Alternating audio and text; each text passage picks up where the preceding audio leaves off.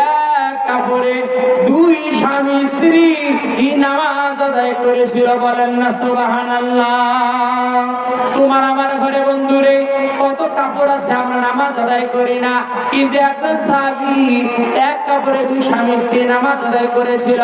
এই সাহাবীটা বিশ্বনবীর পিছনে নামাজ আদায় করে যখন নবীজি ডাইন পাশে সালাম ফেরায়, বাম পাশে সালাম ফেরে দেখে সাহাবী নাই, বাড়ি পথে দৌড় দেয়। একদিন, দুই দিন, তিন দিন যাওয়ার পরে এবার হযরত ওমর রাদিয়াল্লাহু তাআলা আনহু আল্লাহর নবীকে আরজ করলেন, তাকে বিচার দিলেন। বলেন, ইয়া রাসূলুল্লাহ, ইয়া হাবিবাল্লাহ, নবী গো, আপনার একজন সাহাবী দেখি প্রতিদিন আপনি যখন ফজরের নামাজ পড়ে যখন সালাম যখন আপনি ফিরান, সাহাবীটা পিছন থেকে দৌড় দিয়ে দেয়। ইয়া রাসূলুল্লাহ, ইয়া হাবিবাল্লাহ, এই সাহাবীর কি বিচার হবে না? আল্লাহর নবী বলেন, আচ্ছা ঠিক আছে, সাহাবীটার বিচার করা হবে। কোন সাহাবী? এবার সুন্দর করে সাহাবীর নাম বলে দেওয়া হলো। আল্লাহর রাসূল করিম সাল্লাল্লাহু আলাইহি ওয়াসাল্লাম যেদিন তার বিচার করবেন সেই দিন সাহাবীরা চলে গিয়েছে, রাসূলের মনে নাই। এমত অবস্থায় হযরত ওমর রাদিয়াল্লাহু তাআলা আনহু বললেন, ইয়া রাসূলুল্লাহ, ইয়া হাবিবাল্লাহ, বিচার কি হবে না? এক পর্যায়ে নবীজি বললেন, ওমর রে, আমার সাথে ওই সাহাবীর বাড়িতে তুমি চলো। জোরে বলেন সুবহানাল্লাহ। আমার নবী যখন ওই সাহাবীর বাড়ির মধ্যে যখন চলে গেলেন, যাওয়ার পরে আমার রাসূল যখন সাহাবীটাকে যখন ডাক দিলেন, সাহাবী ঘরের ভিতর থেকে জবাব দিয়েছে, ইয়া রাসূলুল্লাহ, ইয়া হাবিবাল্লাহ, আপনি একটু অপেক্ষা করেন, আমার যাইতে একটু দেরি হবে। এই কথা বলার সঙ্গে সঙ্গে হযরত ওমর রাদিয়াল্লাহু তাআলা আনহু, যিনি নবীজির গলা কাটতে এসে কালেমা পড়ে মুসলমান হয়েছেন, জোরে বলেন সুবহানাল্লাহ। বলেন, এই সাহাবীর রাগ কম হবে না বেশি হবে? বেশি। নবীগণ, আপনার যে শরীরে মশা বসা হারাম, কোন সাহাবী আপনাকে দাঁড়ায় থাকতে বলে না। সাহাবীরা আপনার জন্য জীবন দেয়, গায়ের চাদর খুলে বিছায় দেয়।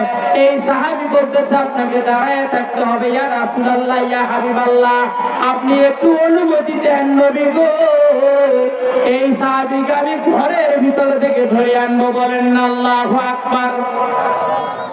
আমার নবী বলেন, সাহাবী, আমার নবী বলেন, ওমর রে, না না না, সরা নজর দেখাইও না। সাহাবী দেখি তো আসার পরে কি অজুহাত দেয়। আমার বন্ধু রে, একটু করে সাহাবীটা ঘরের ভিতর থেকে চলে আসলো। বন্ধু রে, তোমার ঘরে কত কাপড় আছে, নামাজ পড়ো না। সাহাবীটা ইতিহাস থেকে একটা শিক্ষা গ্রহণ করে চলে যাও।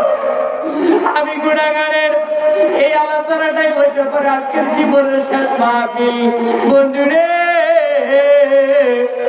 এবার সাহাবীটা ঘরের ভিতর থেকে চলে আসলে, চোখের পানি ফেলে চলে আসলে, আমি বললেন, ইয়া রাসূলুল্লাহ, ইয়া হাবিবাল্লাহ, নবী গো, আপনি বেয়াদবি মাফ করবেন নবী গো। ইয়া রাসূলুল্লাহ, ইয়া হাবিবাল্লাহ, ইয়া রাসূলুল্লাহ, আপনি যখন সালাম দেন ফজরের সময়, আমি আপনার পিছনে দোয়া না করি, মুনাজাত না করে আমি বাড়ি পথে দৌড় দেই। ইয়া রাসূলুল্লাহ, ইয়া হাবিবাল্লাহ, আপনি আমার শরীরের মধ্যে যে কাপড়টুকু দেখতেছেন, ইয়া রাসূলুল্লাহ, এই কাপড় দ্বারা আমার ঘরে গিয়ে কোনো কাপড় নাই। ইয়া রাসূলুল্লাহ, আমি ওখান থেকে দৌড় দেওয়ার পরে আমি গর্তের মধ্যে বিবিকে রেখে গিয়েছি। আমি নিজেই গর্তের মধ্যে, এবারে বাড়ি আসার পরে নিজেই গর্তের মধ্যে নামি, আর আমার গায়ের কাপড় খুলে আমি আমার বিবিকে দেই। সে ফজরের নামাজ সঠিক সময় আদায় করে। জোরে কন্যা সুবহানাল্লাহ।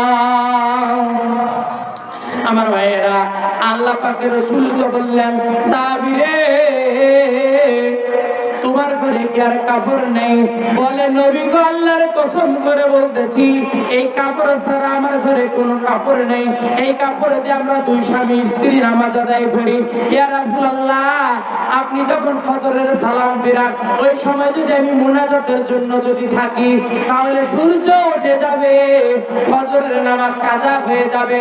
এই জন্য আমি মুনাজাত না করে আমি দ্রুত গতিতে দৌড় দেই আর আমি নিজেই গর্তের মধ্যে নেমে যাই আর আমার বিবিকে আমি নামাজের জন্য তাগিদ করে জোরে কোন সুবহানাল্লাহ।